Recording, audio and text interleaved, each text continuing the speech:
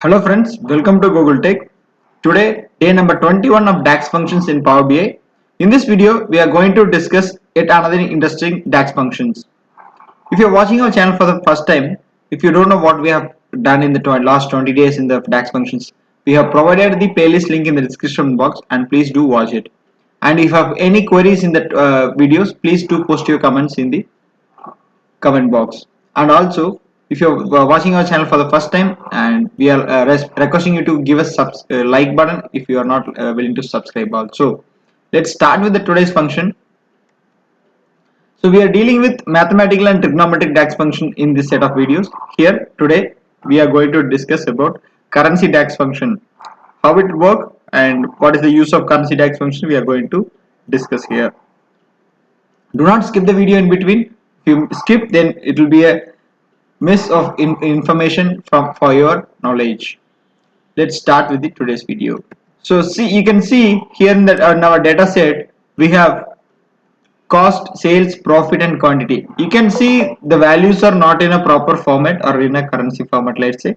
Now I want to convert it into currency format. So that's the reason I'm going to use the currency DAX function. What I'm going to do is I'm creating a new column. Let's say this is like profit cost is equal to currency. I'm giving, if you see the value of the returns is the value is in the currency data, right? It will automatically convert the data whichever is there into currency data type. So what I'm going to do is I'm going to multiply the value of profit into the number of quantity we have sold. So I'm going to type profit multiplied with the quantity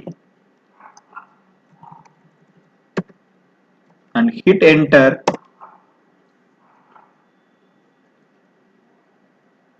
You can see this amount multiplied with this amount is converted into currency format and we got the result for the multiplication as well. So this we can use it in the day-to-day life when we are working in a financial background or any other finance related work of dashboard or Power BI data modeling. It will be useful.